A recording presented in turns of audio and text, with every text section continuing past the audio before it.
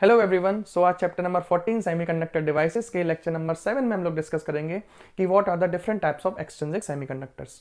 Broadly देखा जाए तो एक्सट्रिंसिक सेमीकंडक्टर्स टू टाइप्स के होते हैं। पहला होता है एन टाइप सेमीकंडक्टर और दूसरा होता है पी टाइप सेमीकंडक्टर। ओके, सो आज इस लेक्चर के दौरान हम सिर्फ और सिर्फ एन टाइप सेमीकंडक्टर को डिटेल में डिस्कस करेंगे। ठीक है, सो स्टार्ट करते हैं अपने टॉपिक को। एन टाइप सेमीकंडक्टर को बेसिक से समझने के लिए मैंने एग्जांपल लिया यहाँ पर एक प्योर सेमीकंडक्टर क्रिस्टल का। सपोज करिए ये मेरे पास है प्योर जर्मेनियम क्रिस्टल। अगर मैं इस प्योर जर्मेनियम क्रिस्टल में ऐड कराऊं या फिर डोप कराऊं पेंटावेलेंट इंप्योरिटी एटम, वो इंप्योरिटी एटम्स जिनके आउटरमोस्ट शेल में 5 इलेक्ट्रॉन्स होते हैं, जैसे कि नाइट्रोजन, जैसे कि फॉस्फोरस, जैसे कि आर्सेनिक। ओके, ऐसे एटम्स को अगर मैं प्योर सेमीकंडक्टर क्रिस्टल में ऐड करता हूं तो मेरे पास जो रिजल्टेंट एक नया सेमीकंडक्टर क्रिस्टल जो बनेगा उसी को हम लोग बोलते हैं N type semiconductor. When pure semiconductor is doped with pentavalent impurity. क्या है पेंटावेलेंट इंप्योरिटी? जैसे कि फॉस्फोरस, जैसे कि आर्सेनिक, जिसके आउटरमोस्ट शेल में 5 इलेक्ट्रॉन्स होते हैं, then resultant semiconductor so formed is called N type semiconductor. अब क्यों ये इंटरेस्टिंग है, क्या और बेसिक बातें जो इससे रिलेटेड हमें पता होना चाहिए, उसको समझने के लिए हम इस डायग्राम को समझते हैं। देखिए, यहां पर मैंने माना है एक जर्मेनियम क्रिस्टल जिसमें मैंने डोपिंग की है, जिसमें मैंने एडअप किया है किसको? पेंटावेलेंट इंप्योरिटी एटम्स को, जैसे कि फॉस्फोरस। ओके, सो जर्मेनियम क्रिस्टल हमने ड्रॉ किया और इसमें मैंने कुछ फॉस्फोरस एटम को भी इंट्रोड्यूस किया जो कि पेंटावेलेंट इंप्योरिटी होती है। अब क्या खास बात है इसके अंदर, इस डायग्राम में तो हम ध्यान समझते हैं इसको। देखिए, ये सपोज करें मेरे पास जर्मेनियम का एक एटम है, ठीक है, और जर्मेनियम एटम होता है कैसा? टेट्रावेलेंट। याद करिए, जर्मेनियम ग्रुप 14 का मेंबर है और ग्रुप 14 यानी कि आउटरमोस्ट शेल में कितने इलेक्ट्रॉन्स? 4 इलेक्ट्रॉन्स। ओके, सो ये जर्मेनियम, इसके आउटरमोस्ट शेल में कितने इलेक्ट्रॉन्स? 4 इलेक्ट्रॉन्स। ठीक है, अब मैंने इसमें ऐड किया एक फॉस्फोरस एटम। फॉस्फोरस क्या है? एक पेंटावेलेंट एटम। पेंटावेलेंट एटम मतलब जिसके आउटरमोस्ट शेल में कितने इलेक्ट्रॉन्स होंगे? 5। 1 2 3 4 और 5। ठीक है, तो जैसे ही हम ऐड कराएंगे पेंटावेलेंट एटम को इस जर्मेनियम क्रिस्टल के अंदर, तो क्या चीज देखने को मिलेगी कि जो पेंटावेलेंट एटम है जैसे कि फॉस्फोरस, इसके 5 इलेक्ट्रॉन्स में से 4 इलेक्ट्रॉन्स कोवेलेंट बॉन्ड बना लेंगे हमारे जर्मेनियम के 4 इलेक्ट्रॉन्स के साथ। फिर से देख लीजिएगा, फॉस्फोरस के 5 इलेक्ट्रॉन्स थे आउटरमोस्ट में, ठीक है, इसके 5 इलेक्ट्रॉन्स में से 4 इलेक्ट्रॉन्स कोवेलेंट बॉन्ड बना लेंगे नेबरिंग जर्मेनियम के 4 इलेक्ट्रॉन्स के साथ। आप देख सकते हैं इसे, ठीक है, बॉन्ड बन गया। अब बॉन्ड बनने के बाद जो एक इलेक्ट्रॉन है एक्स्ट्रा, 5वां इलेक्ट्रॉन, फॉस्फोरस एटम का जो 5वां इलेक्ट्रॉन है एक्स्ट्रा, ये अनबॉन्डेड रह जाता है। ठीक है, अगर ये अनबॉन्डेड रह गया तो ये इस फॉस्फोरस एटम के साथ लूजली बाउंडेड होता है। कैसे बाउंडेड होता है? लूजली बाउंडेड, जो कि हल्की सी एनर्जी देने पर ही फ्री हो सकता है। कितनी एनर्जी देने पर? लगभग वो एनर्जी होती है 0.03 इलेक्ट्रॉन वोल्ट। ये एनर्जी इतनी कम है कि आप रूम टेम्परेचर पर अगर इस क्रिस्टल को रखेंगे तो रूम टेम्परेचर पर ही ये 5वां जो इलेक्ट्रॉन है, जो अनबॉन्डेड इलेक्ट्रॉन था ये वाला, ये 5वां इलेक्ट्रॉन फ्री हो जाता है और क्रिस्टल में डोनेट हो जाता है। अभी सारी बातें जो मैंने आपको कही है स्टेप बाय स्टेप में लाइंस के थ्रू बताता हूं आपको, ठीक है, और डायग्राम में भी चीज समझेंगे। The 4 out of 5 valence electrons of pentavalent impurity atom, देख सकते हैं यहाँ पे, ये है पेंटावेलेंट इंप्योरिटी फॉस्फोरस। इसके 5 इलेक्ट्रॉन्स थे, 1 2 3 4 5। तो 5 इलेक्ट्रॉन्स में से 4 इलेक्ट्रॉन्स ने, तो आप देख सकते हैं, बॉन्ड बना लिए। ये देखिए 4 इलेक्ट्रॉन्स ने 4 बॉन्ड बना लिए आसपास, किसके साथ?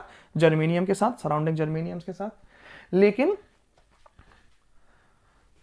while 5th electron is left unbonded, लेकिन जो 5वां इलेक्ट्रॉन होता है पेंटावेलेंट इंप्योरिटी एटम का, वो अनबॉन्डेड रह जाता है। ये वाला, ये इलेक्ट्रॉन कैसा रह गया? अनबॉन्डेड। आप इधर भी देख सकते हैं, ये इलेक्ट्रॉन कैसा रह गया? अनबॉन्डेड। ये बॉन्ड नहीं बना पाया।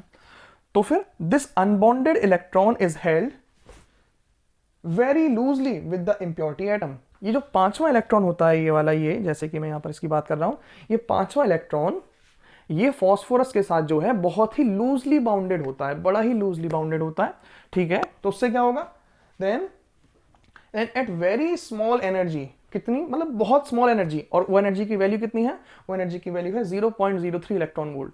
0.03 इलेक्ट्रॉन वोल्ट जितनी स्मॉल एनर्जी ही सफिशिएंट होती है इस इलेक्ट्रॉन को ट्रांसफर करने के लिए कंडक्शन बैंड में। मतलब बहुत कम एनर्जी चाहिए इस लूजली बाउंडेड इलेक्ट्रॉन को कंडक्शन बैंड में पहुंचाने के लिए, यानी कि फ्री करने के लिए। ओके, है ना। This energy is easily available at room temperature, और रूम टेम्परेचर पे ही इजीली अवेलेबल आपको एनर्जी हो जाती है। तो मतलब अगर आपके पास ये क्रिस्टल रूम टेम्परेचर पे रखा है तो ये इलेक्ट्रॉन यहाँ से इजीली, ये इलेक्ट्रॉन यहाँ से डिटैच हो जाएगा एनर्जी एब्जॉर्ब करके, और हो जाएगा फ्री इलेक्ट्रॉन। क्या हो जाएगा ये इलेक्ट्रॉन यहाँ से फ्री इलेक्ट्रॉन हो जाएगा। ओके, ठीक है, आगे पढ़ते हैं। In this way, each pentavalent impurity atom donates 1 electron to the pure semiconductor crystal। बहुत इंपॉर्टेंट लाइन है, जरा देखिए। आपके एक फॉस्फोरस एटम ने, एक फॉस्फोरस पेंटावैलेंट इंप्योरिटी एटम ने क्रिस्टल को कितने इलेक्ट्रॉन डोनेट किए? तो आपका आंसर है एक एटम ने एक इलेक्ट्रॉन को डोनेट किया। ऐसे यहां पर भी एक एटम ने एक इलेक्ट्रॉन को डोनेट किया। ठीक है, तो एक पेंटावैलेंट इंप्योरिटी एटम डोनेट करता है एक इलेक्ट्रॉन को प्योर सेमीकंडक्टर क्रिस्टल को। So such type of impurity atoms are called donor type impurity atoms। क्योंकि आप एक चीज नोटिस करेंगे कि एक पेंटावैलेंट इंप्योरिटी एटम ने एक इलेक्ट्रॉन को डोनेट किया, और क्योंकि इसने इलेक्ट्रॉन डोनेट किया है क्रिस्टल को, इसीलिए ये सेमीकंडक्टर कहलाता है, सॉरी ये जो इंप्योरिटी एटम कहलाता है आपका डोनर टाइप इंप्योरिटी एटम। क्यों बोलते हैं इसे डोनर टाइप? क्योंकि इसने एक इलेक्ट्रॉन सेमीकंडक्टर क्रिस्टल को डोनेट किया है। इसके बाद कुछ पॉइंट्स और हैं जो उनको देखते हैं। चलिए तो अब जान लेते हैं एन टाइप सेमीकंडक्टर से रिलेटेड कुछ और पॉइंट्स को। यहाँ पर जो फोर्थ पॉइंट है वो काफ़ी आसान पॉइंट है, उसको समझने के लिए इस डायग्राम में आप देखें ध्यान से। तो अभी देखें यहाँ पर ये, क्योंकि मान करके चलें कि ये जो सेमीकंडक्टर क्रिस्टल जिसमें फॉस्फोरस एटम डोप्ड हैं, ये रूम टेम्परेचर पे मौजूद है ना, रूम टेम्परेचर पे, और रूम टेम्परेचर में मौजूद हीट से कुछ यहाँ पर बॉन्ड्स भी ब्रेक होंगे, यहाँ पर जो है होल क्रिएट हो जाएगा, ये इलेक्ट्रॉन फ्री हो जाएगा। ऐसे यहाँ पर मान लीजिएगा ये होल क्रिएट हुआ और यहाँ पर इलेक्ट्रॉन फ्री हो गया, और ऐसे यहाँ पर ये जो होल क्रिएट हुआ और इलेक्ट्रॉन फ्री हुआ। ऐसे ही हम मान लेते हैं, चलिए कुछ यहाँ पर, एक यहाँ पर होल क्रिएट हुआ और इलेक्ट्रॉन फ्री हो गया। तो चलिए अब काउंट करते हैं कितने फ्री इलेक्ट्रॉन्स हैं। 1 2 3 4 5 6 तो हुए फ्री इलेक्ट्रॉन्स इस केस में।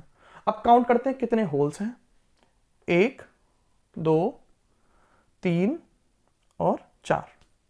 तो होल्स का नंबर 4 और फ्री इलेक्ट्रॉन्स का नंबर 6। यही चीज यहां पर इंपॉर्टेंट होती है कि एन टाइप सेमीकंडक्टर्स में फ्री इलेक्ट्रॉन्स का नंबर बहुत ज्यादा होता है एज कंपेयर टू होल्स। ठीक है, क्योंकि जो फॉस्फोरस एटम जो आपने इंट्रोड्यूस कराया वो भी तो अपने इलेक्ट्रॉन्स डोनेट करेगा, इसी वजह से फ्री इलेक्ट्रॉन्स का नंबर बहुत ज्यादा होता है एज कंपेयर टू होल्स इस एन टाइप सेमीकंडक्टर में। और यहां पर जो इलेक्ट्रिसिटी कंडक्ट होती है वो मेनली कंडक्ट होती है फ्री इलेक्ट्रॉन्स की वजह से, यानी कि नेगेटिवली चार्ज कंडक्शन इलेक्ट्रॉन्स की वजह से। इसीलिए इसको एन टाइप सेमीकंडक्टर बोलते हैं। एन वर्ड यहां पर रिप्रेजेंट करता है कि यहां पर जो इलेक्ट्रिसिटी कंडक्ट हो रही है वो नेगेटिवली चार्ज कंडक्शन इलेक्ट्रॉन्स की वजह से हो रही है। यहां पर नेगेटिवली चार्ज इलेक्ट्रॉन्स का नंबर ज्यादा है।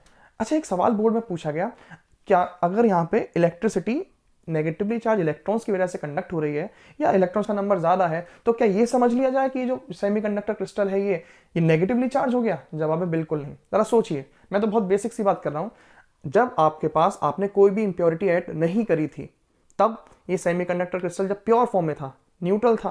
भाई एटम न्यूट्रल होता है, और न्यूट्रल एटम से मिलकर के ये क्रिस्टल बनाया, तो वो क्रिस्टल भी क्या होगा? न्यूट्रल।